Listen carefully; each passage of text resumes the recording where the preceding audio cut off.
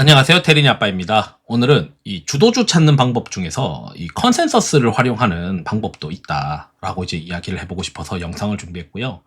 우리가 이제 추세 추종에 대해서 또는 이제 수급이 계속 돌고 있는, 유동성이 계속 공급되고 있는 종목을 찾거나 이렇게 이제 하는 행동들은 결국 추세 추종의 확률을 높이려고 하는 건데, 특히 이제 시장에서 일반적으로 좀 잘 체크 안 하는 게 이제 컨센의 방향이죠.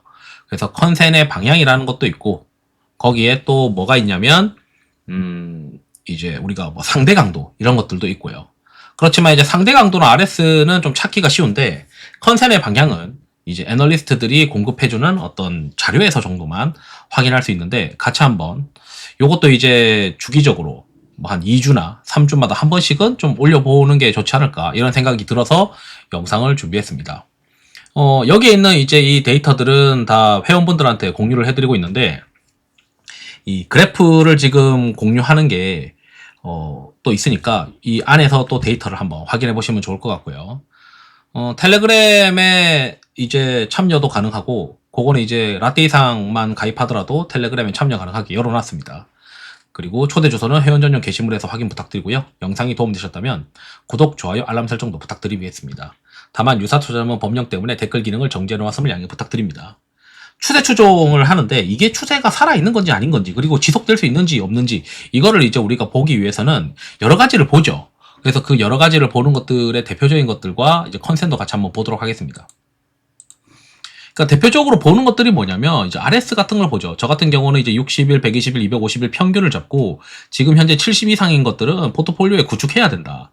그래서 조방원, 전력기기 이렇게 지금 해당이 되고 있고, 그 다음에 이제 상대적으로 수익률과 표준 편차라고 하는 데이터를 활용을 해서 표준 편차 대비 수익률이 좋은 것들을 등수로 매겼어요. 그래서 ETF를 기준으로 보게 되면 이 등수로 변동성 조정 모멘텀이라고 저는 표현하는데, 요게 이제 강한 놈들이 전체 한 4, 50개 정도에 되는 ETF 중에서 상위 한 15등이나 20등 이내 것만 포트폴리오에 구축해야 된다. 그럼 지금 현재 뭐가 좋냐면, 조방원, 전력기기, 인바운드에, 그리고 화장품 일부, 그리고 반도체, 바이오, 로봇, 뭐 이 정도거든요. 요게 이제 요거는 10주 이탈선을 제외한 거고, 요거는 이제 21선 이탈을 제외한 것과, 그리고 뭐 11선 이탈을 제외한 것들, 이런 것들을 좀 교집합으로 해서 보게 되면은 아마 지금 현재의 주도 섹터들이 어떤 것들인지 힘의 강도로 보입니다. 그런데 기관 투자자들은 또 뭘 보냐면,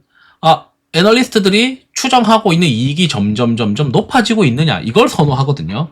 그래서 두 가지 형태의 이제 추정 이익을 보고 있는데, 올해 실적보다는 내년 실적까지 추정 이익을 높이는 게 더 좋아요. 그래서 지금 현재 요거는 어떤 식으로 보고 있냐면, 3개월 대비해서 1개월이 평균 추정치가, 그러니까 3개월보다 1개월이 세냐, 최근 기준으로, 그 다음에 3개월 평균과 과거 3개월 평균이 최근이 더 세냐, 1개월과 1개월 기준으로 1개월이 더 세냐, 이 기준이거든요.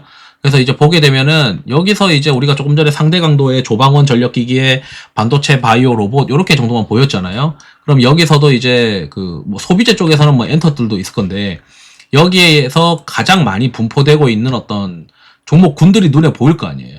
그럼 그게 이제 결국에는 교집합이 있느냐 없느냐를 보면 됩니다.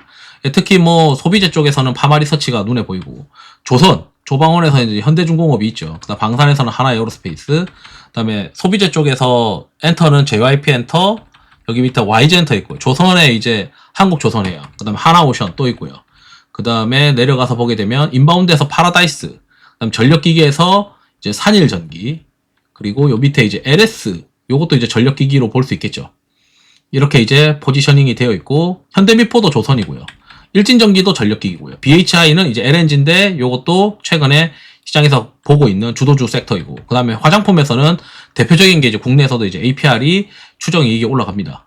그럼 내려가서 보게 되면 이제 요 정도까지가 지금 이제 머릿속에 지나갔다고 하면, 요걸 또 그래프로 보는 방법이 있습니다. 그래서 그래프로 이제 보는데, 저는 이제 그래프를 요약해서 제 전체 그래프를 좀 올려드리고 있고, 하나하나 우리가 보게 되면, 조선에서 이제 하나 엔진이 이제 추정이익이 우상향하고 있고, 그 다음에 현대 마린 엔진도 우상향하고 있고, 이게 현대 마린 솔루션도 추정이익이 우상향하고 있어요. 이게 5년, 6년, 3분기, 4분기 이렇게 보시면 됩니다.